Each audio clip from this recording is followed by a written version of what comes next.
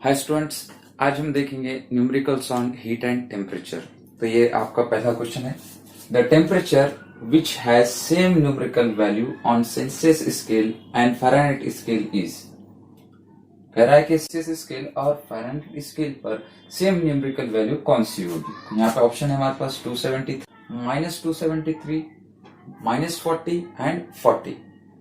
तो चलो इसे हम फाइंड करने की कोशिश करते हैं। तो देखो बेटा, हमको पता है कि हमारे पास सेल्सियस स्केल का जो फ्रीजिंग पॉइंट है, आइस पॉइंट है, वो है 0 डिग्री सेल्सियस और स्टीम पॉइंट है वो है 100 डिग्री सेल्सियस। स्टीम पॉइंट को या बॉइलिंग पॉइंट को।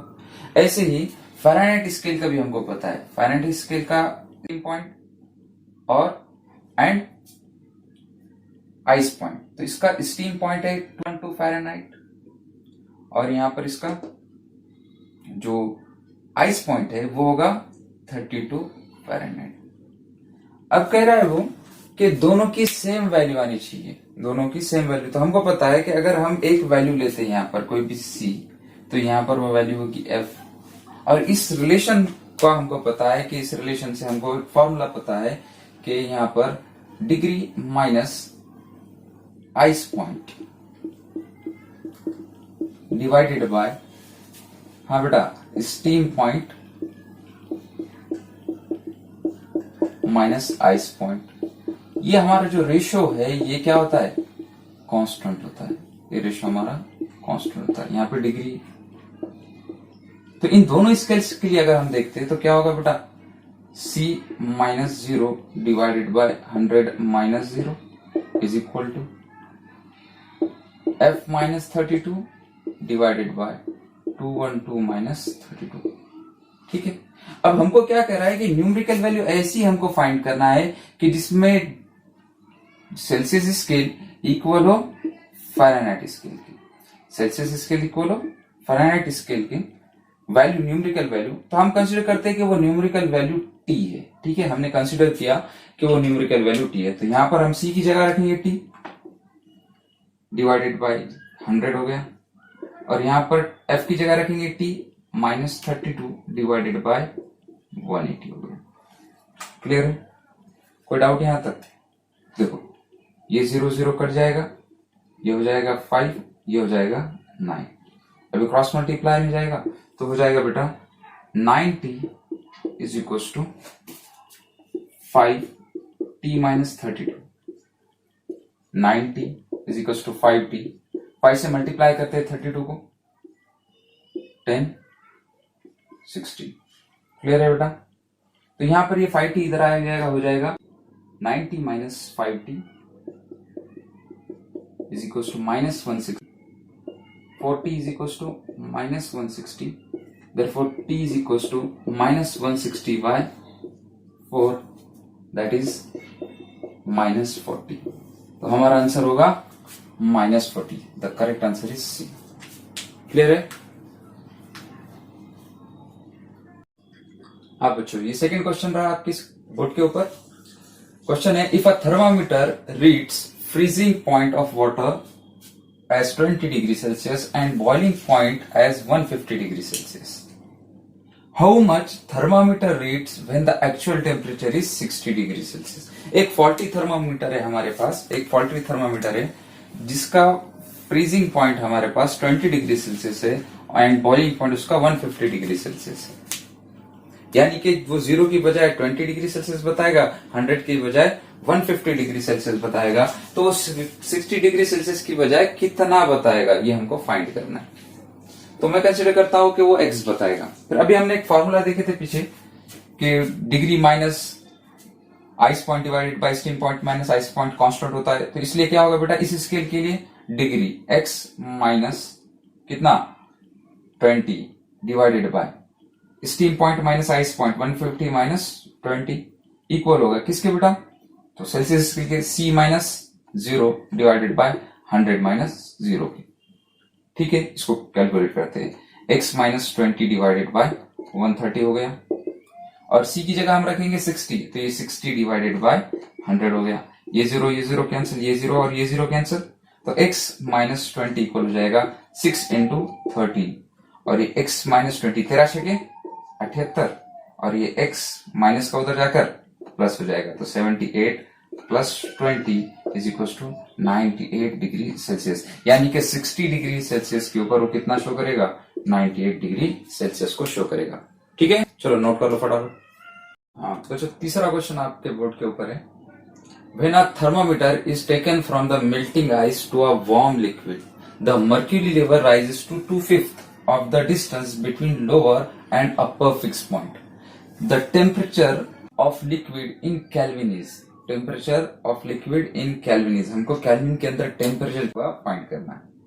अच्छा देखो, हमको दिया कि टेम्परेचर ऑफ लिक्विड क्या है, 2/5 है किसका, distance between lower and upper fixed point, यानी कि हम कोई भी इसके लिए यहाँ पे ले सकते हैं, तो 2/5 इंटू क्या होगा बेटा, तो lower and upper fix point का जो डिस्टेंस होगा, lower and upper fix point का डिस्टेंस क्या होता है, तो ये ice point, sorry steam point minus ice point होगा, steam point minus ice point.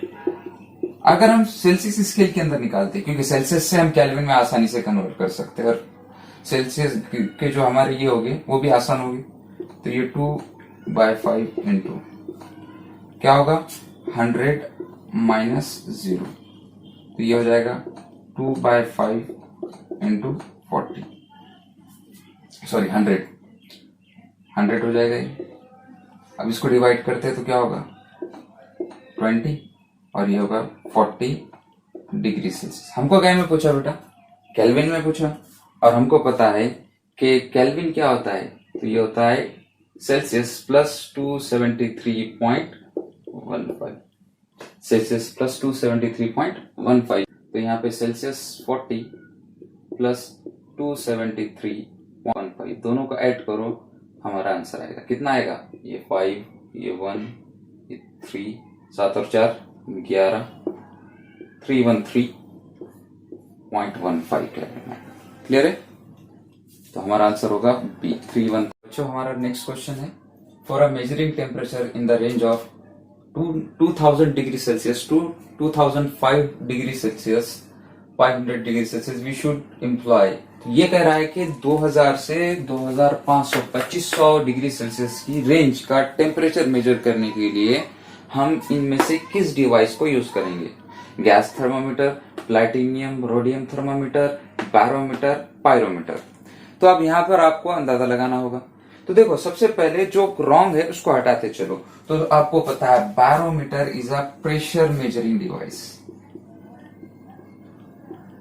Pressure measure करते हैं बैरोमीटर से, ठीक है, तो ये तो चला गया, गलत हो गया। अब बात करते हैं गैस थर्मामीटर की। तो मैंने आपको गैस थर्मामीटर के अंदर बताया था जब हम टेम्परेचर डिस्कस कर रहे थे गैस के बारे में, ठीक है। तो गैस क्या है बेटा, गैस के अंदर प्रॉपर्टी है कि ये लोअर टेम्परेचर भी क्या है, अपनी स्टेट को चेंज नहीं करता। आइडियल गैस इक्वेशन के टाइम पे बताया था मैं। तो ये गैस जो है ये लोअर टेम्परेचर को मेजर करने के लिए होता है in the range of -150 degree Celsius to 600 degree Celsius. ये जो रेंज है इसको मेजर करने के लिए हम यूज करते हैं गैस थर्मामीटर, ठीक है। इसके बाद आता है बेटा platinum rhodium thermometer. Platinum rhodium thermometer याद रखना, ये वर्क करता है on the principle of thermocouple. Thermocouple, आपने थर्मोकपल स्टडी किया होगा, ठीक है। थर्मोकपल क्या होता है, तो ये thermocouple hot junction and lower junction क्या होता है, थर्मोकपल सी बैक इफेक्ट होता है, थर्मोकपल में सी बैक इफेक्ट होता है। और सी बैक इफेक्ट में क्या होता है बेटा कि अगर हम दो डिफरेंट कंडक्टर को दो डिफरेंट जंक्शन, तो एक कोल्ड जंक्शन और हॉट जंक्शन पे कनेक्ट करते हैं, ठीक है, दो डिफरेंट जंक्शन है, ठीक है। ये हमारा सपोज करो कि ये प्लैटिनम का वायर हो गया और ये वाला रोडियम का वायर हो गया। तो ये जितना ज्यादा टेम्परेचर डिफरेंस होगा उतना ज्यादा यहाँ पे देता है वोल्टेज, उतना ज्यादा वोल्टेज देगा, उतना ज्यादा करंट भी देगा वहां पे, ठीक है। वोल्टेज या फिर करंट के अंदर आप मेजर करते हैं। यानी कि रोडियम और प्लैटिनम के अंदर हमको बॉडी को कनेक्ट करना होता है, बॉडी को कनेक्ट करना होता है। और ये जो यूज होता है, ये यूज होता है 600 degree Celsius to 1500 degree Celsius के टेम्परेचर को मेजर करने के लिए। तो बचा कौन, बचा हमारे पास pyrometer. Therefore, pyrometer measures 2000 degree Celsius to 2005 degree. अच्छा, पैरामीटर कैसे काम करता है? तो ये जमाना कौन सा है? ये कोविड-19 का है। और आपने देखा होगा कि न्यूज वगैरह के अंदर थर्मल स्क्रीनिंग की जा रही है। थर्मल स्क्रीनिंग की जा रही है, देखे क्या नहीं? ऐसे गन ले रहे सामने, ऐसा टेम्परेचर मेजर कर रहे। थर्मल स्क्रीनिंग में क्या कर रहे हैं बेटा? वो टेम्परेचर मेजर कर रहे हैं बॉडी का, बॉडी को बगैर छुए। क्योंकि जब बॉडी हॉट होती है तो वो रेडिएट करती है इलेक्ट्रोमैग्नेटिक वेव, इलेक्ट्रोमैग्नेटिक वेव को रिलीज करती है। और वो इलेक्ट्रोमैग्नेटिक वेव की एनर्जी जो है, जितनी हॉट बॉडी होगी उतनी ज्यादा वो एनर्जी देगा। और उसी एनर्जी को सेंस करता है कौन? पायरोमीटर, बगैर कांटेक्ट के। तो जो थर्मल स्क्रीनिंग के लिए जो गन यूज हो रही है, वो गन क्या है बेटा? वो पायरोमीटर है। और पायरोमीटर जो है वो बहुत ज्यादा अलग अलग टाइप के पायरोमीटर है, लेकिन याद रखो क्योंकि बहुत ज्यादा हॉट बॉडी है तो हम उसके करीब भी नहीं जा सकते। तो हमको क्या यूज करना पड़ेगा? ऐसा डिवाइस जो दूर से ही मेजर कर ले, और वो होगा पायरोमीटर। तो देखो, जिस टाइप के क्वेश्चन पूछे जा सकते थे, मैंने चार क्वेश्चन के अंदर उनको कवर करने की कोशिश करी है। इसके अलावा कोई टाइप का जो है टेम्परेचर के ऊपर तो नहीं पूछा जाता। तो इंशाल्लाह इन्हें आप अच्छे से करो। नेक्स्ट क्लास के अंदर हम थर्मल एक्सपांशन के न्यूमेरिकल्स को देखेंगे।